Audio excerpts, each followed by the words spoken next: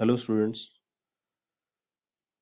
Today I think this would be our last video of the series which we were taking up, that is money and banking. In last video we discussed about your quantitative and qualitative measures of credit control, and almost I think one topic of quantitative measures we had finished. In this video we are going to discuss about your qualitative measures.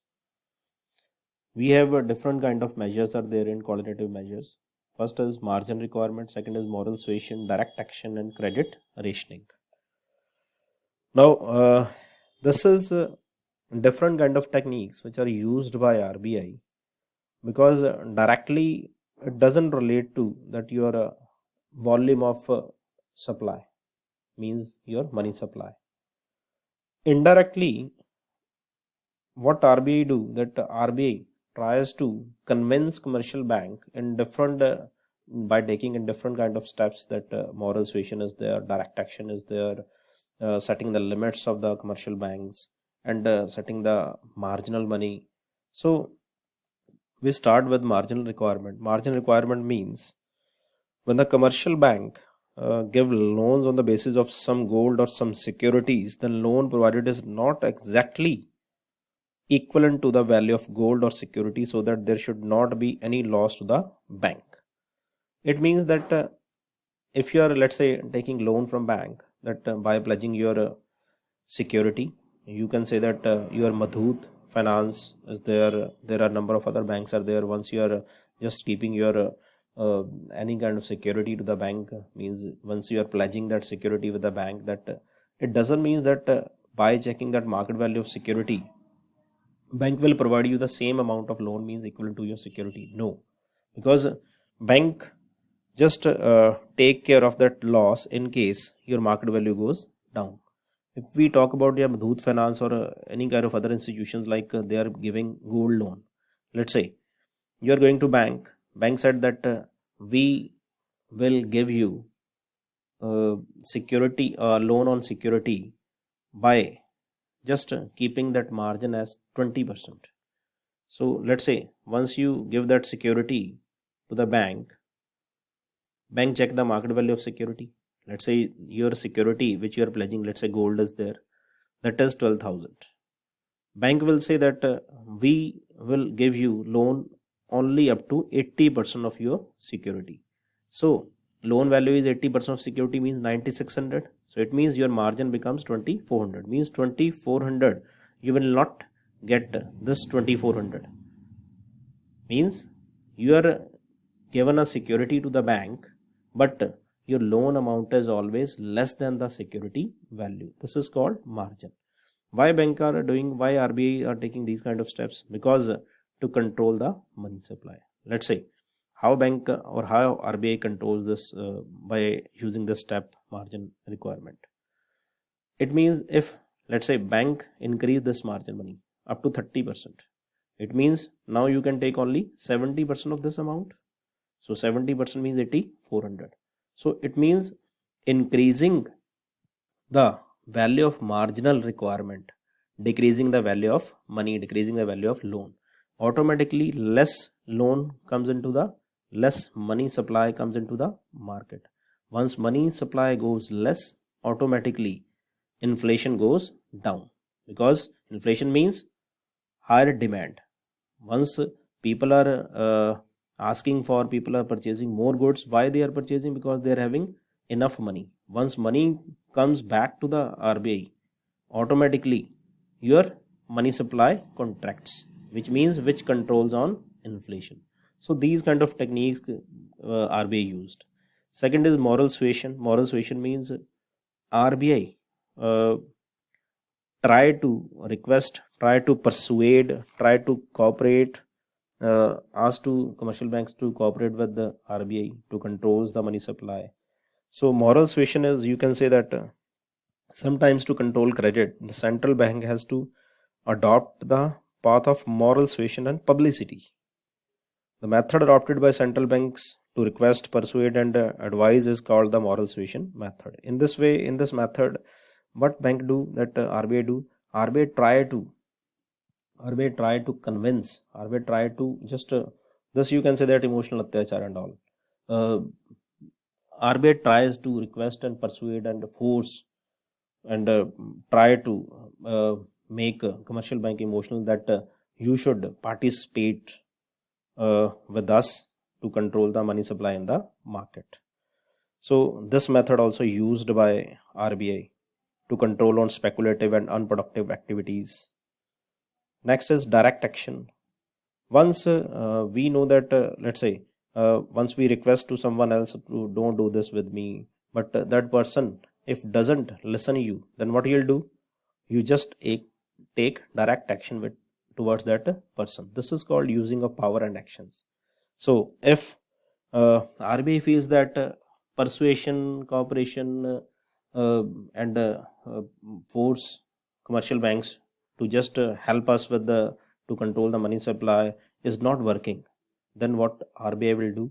RBI take direct action towards those commercial banks who are not cooperating. So this is another policy used by RBI. Last is credit rationing. Credit rationing, basically rationing is called limits. You heard about that rational behavior of consumer, which means that limited resources, maximum satisfactions each and everyone wants to get. That is called rational. So credit rationing is called limiting.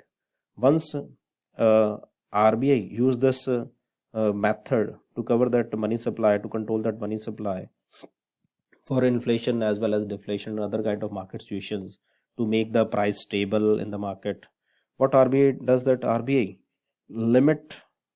limiting the loan availability for commercial banks. Once RBI set the limit for commercial banks to give loan, automatically the money supply attracts, means sometime it goes up, sometime it goes low according to the policies made by RBI for credit rationing. So this is called rationing of credit. So these kind of methods are called qualitative measures. I hope you understood. And after finishing this, let me just compile what we did in all the videos. Let me make you give a summary for that. Once we start this chapter, we start with, we know that money.